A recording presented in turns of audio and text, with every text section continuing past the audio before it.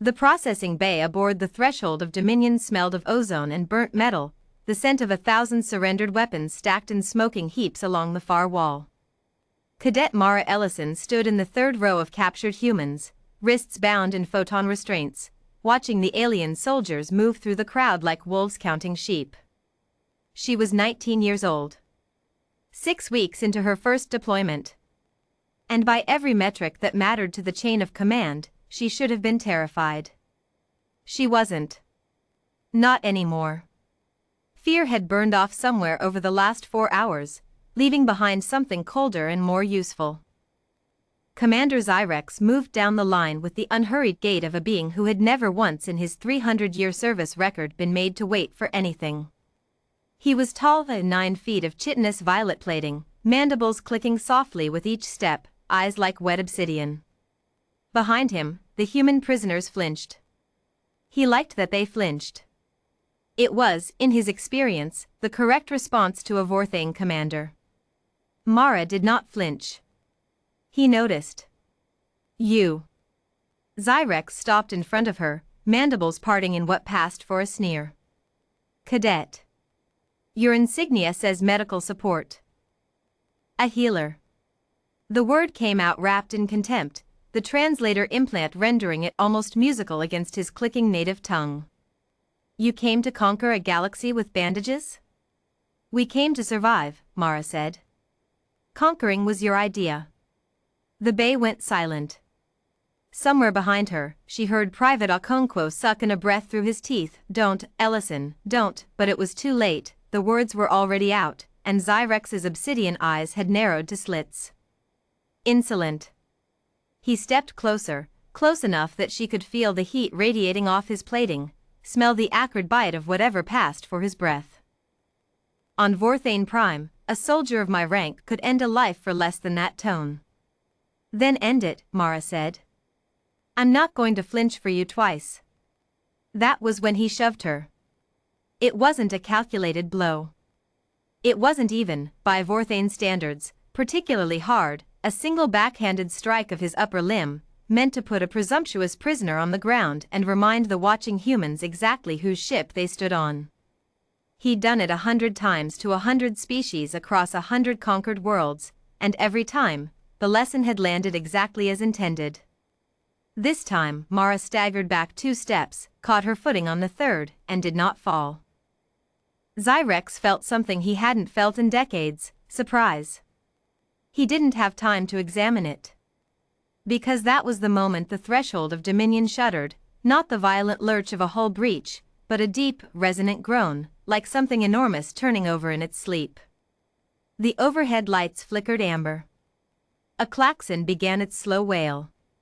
"Report," Zyrex barked into his calm. Static. Then a voice, thin with panic: "Commander, the reactor core, there's a human in the reactor core." "Impossible. All humans are accounted for in the processing bay." "Not all of them, sir." Zyrex turned back to the line of prisoners. Counted. Recounted. 41 humans stood bound before him. The manifest said 42. 5 minutes earlier, while Mara Ellison had been buying time with her mouth, Specialist Dao T-Lon had been buying time with her hands. She'd slipped the restraint the moment the guard's attention drifted toward the commander's interrogation, palming the thin ceramic shim she'd kept hidden in her boot heel since the Resolute went down. 3 years of fleet survival training had taught her exactly one unshakable truth about alien captors: they never imagined humans clever enough to need watching closely. Arrogance was a vulnerability. It just took someone patient enough to wait for the right 5 minutes. She'd found the maintenance shaft behind the weapons cache. She'd found the reactor access 12 decks down. And she'd found, waiting in the dark like an old friend, the thing every human engineer since the Voyager program had been trained to recognize in their sleep: a containment field running on borrowed time and overconfident alien engineering. It wasn't sabotage in the dramatic sense. No explosives, no heroics.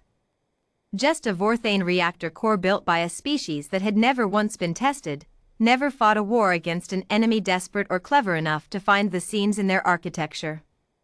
Lon found the seam in 4 minutes. She widened it in 1. The ship didn't need to explode. It only needed to believe it might. Back in the processing bay, Xyrex's mandibles clicked in rapid, agitated rhythm, the Vorthane equivalent of a racing heart. Around him, his soldiers scrambled toward damage control stations, shouting in their clicking tongue, the practiced order of a conquering fleet dissolving into something far more honest, panic. "You did this," Xyrex said, rounding on Mara. "Your people did this."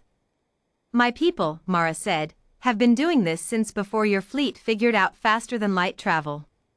You think this is the first ship that's ever tried to hold humans against our will?" She held up her bound wrists, steady despite the restraints. "We don't surrender well, Commander. We've never been good at it. Ask anyone who's ever tried. 1 saboteur. 1. Against my entire vessel?" "You're still counting it as 1, Mara said, and something in her voice made him go still.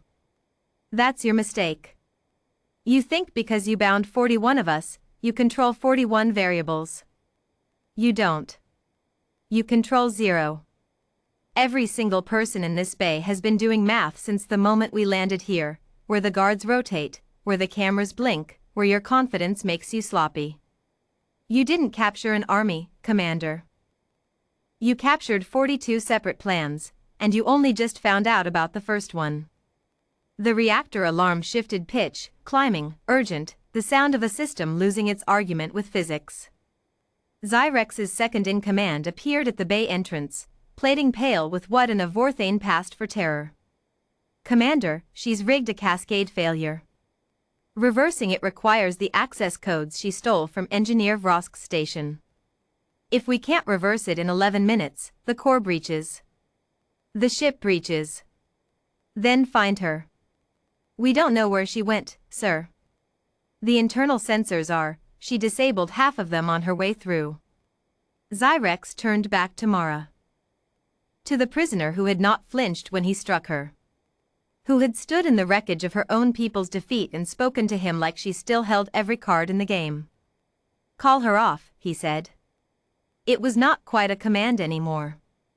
"Whatever this is, whatever leverage you think you've gained, call her off, and I will see to it your people are treated with." "With what?" Mara cut in. "Mercy? You shoved me 5 minutes ago for daring to talk back. You don't have mercy in your vocabulary, Commander. You have fear, and right now it's running your ship a lot better than your pride was." For the first time in 3 centuries of service, Commander Xyrex felt the floor of his own certainty give way. He had built his entire command philosophy on a single principle, drilled into him since he was a hatchling on Vorthane Prime: a conquered species behaves like its weakest member. Break the strong ones publicly, and the rest fall in line. It had worked on 6 worlds. It had worked an hour ago, when he'd watched 40 other humans flinch at his approach. But Mara Ellison hadn't flinched. And somewhere 12 decks below him, a woman he hadn't even known was missing from his count was rewriting the terms of his own surrender, 1 stolen access code at a time. 9 minutes, his second-in-command said, voice cracking. Xyrex looked at the cadet before him, bound, struck, standing in the wreckage of a conquest that was unraveling in real time, and understood, with the particular clarity that only comes from genuine fear, exactly what kind of species he had decided to underestimate. "What," he said slowly, "do you want?" Mara held his gaze. Behind her, the other prisoners had gone very still, watching the balance of power tip degree by degree, second by second, towards something none of them had dared hope for an hour ago. "Release every human on this ship," she said. "Give us a shuttle. And next time you board a vessel full of bandages and healers, Commander, remember that the species who survived its own home planet for 200,000 years didn't do it by being soft." The reactor alarm screamed on, counting down the seconds of his repentance. Xyrex gave the order.